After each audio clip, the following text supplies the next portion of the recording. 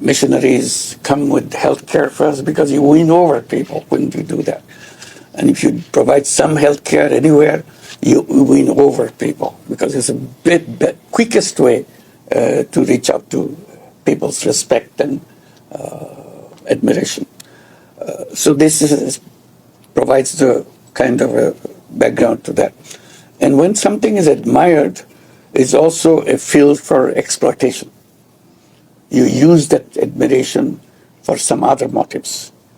And in the case of healthcare, it may be money-making, very simply. Profit maximization behind it.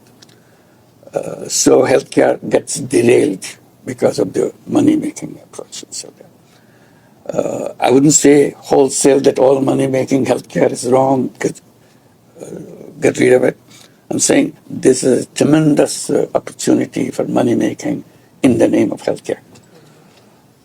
We tried in a small way, in a desperate way though, when the corona epidemic was going on. And we are talking about vaccine development at that time.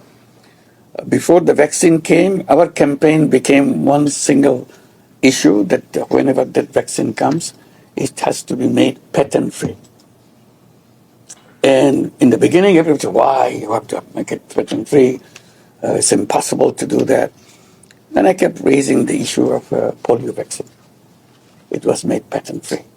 So this is not something that you're doing for the first time. You're only repeating what has been done. People had 101 excuses for not going to that route.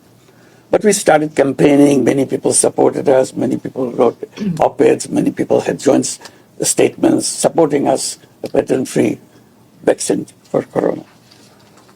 And we are feeling happy that we are coming closer and closer to have a consensus on that because WTO is the final decision-making on that, but they need a consensus resolution. If everybody agrees, then they can do that. So we are trying to do that 100% thing. When finally it came for voting, we are counting numbers and praying. It couldn't come to the consensus. Very narrowly it failed.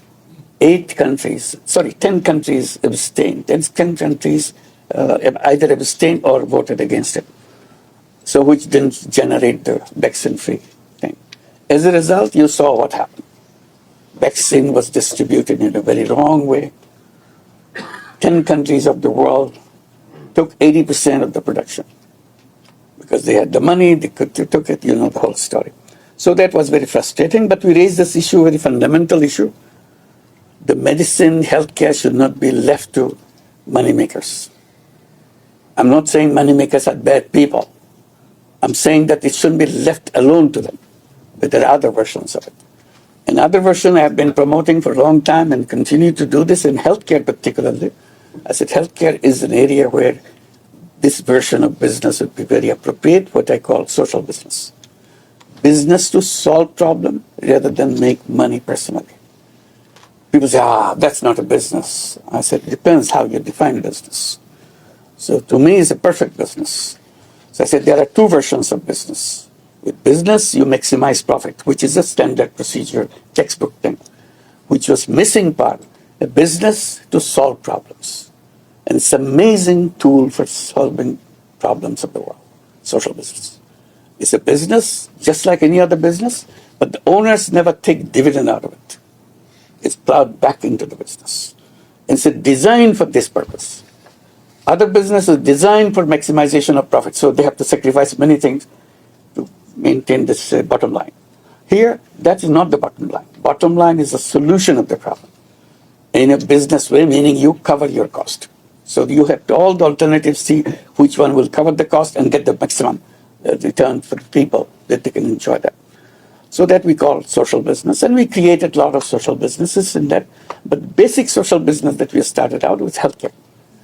So that people get the service, make the payment, but we are not using this payment to make money, but we kind of put it back into it so that it can grow.